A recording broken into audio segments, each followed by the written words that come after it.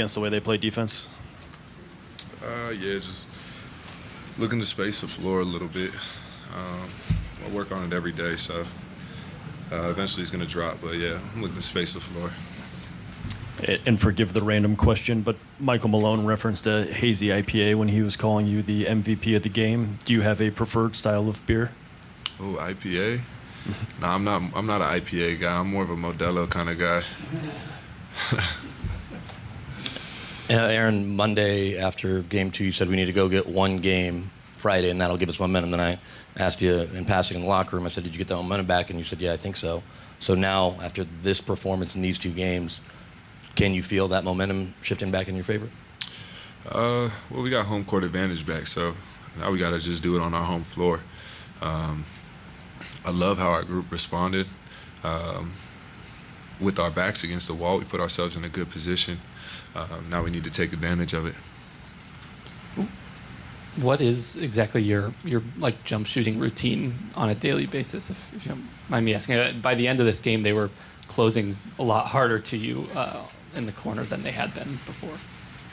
I shoot a ton. I shoot a lot, and I mean it's a culmination of a lot of work. I've been playing this game for a long time, so yeah. I mean I just shoot free throws every day. That's the non-negotiable. Everything else, it depends on how my body's feeling. For you, what goes into guarding Ant when you're in those situations? I mean, you guys were moving guys in and out of that matchup and trying different things. What are the keys for you? Well, it's tough cover. I guess just try and keep him on his toes, make him think, make him go to a second move or a third move. He's a hell of a ball player, so you got to do whatever you can to try and stop him, and yeah, just make him think about what he's trying to get to. During the LA series, I know I asked you about the burden or the challenge of being the defending champs.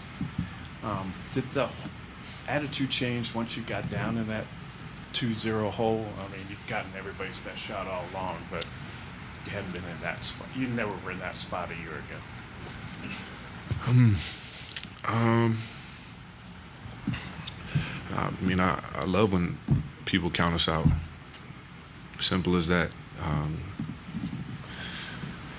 A lot of these guys on this team have been counted out before in their career, or been the underdogs or the dark horse in their career before. So they've operated from that space before, of having their backs against the wall or being counted out. So I don't think it was anything new to the individuals. It was new to our collective, but I like the challenge, and I'm glad we accepted it and put ourselves in a good position with home court.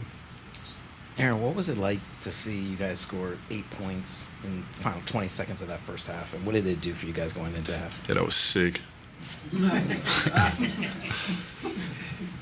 I mean, that was crazy, man. Jamal Murray, three-quarter court three. It's so sick. It's just, you make something like that, and it's like, okay, at least we know our point guard's hot. And Michael had said before you guys left Denver, I want everybody getting on that plane to believe that we can win and come back. But what did you guys find here in Minnesota, or maybe even rediscovered?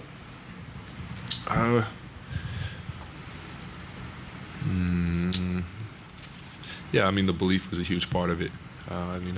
That's kind of what I was talking to our guys, being an extension of Michael Malone. I was talking to our guys on the court about just believing, even if nobody else believes in us, that I believe in us and that we believe in each other. What we found, I don't know, we just got to play our brand of basketball with a sense of urgency, and a sense of discipline, and just like a laser sharp focus, and just like a surgical execution, strong execution, and we'll be fine.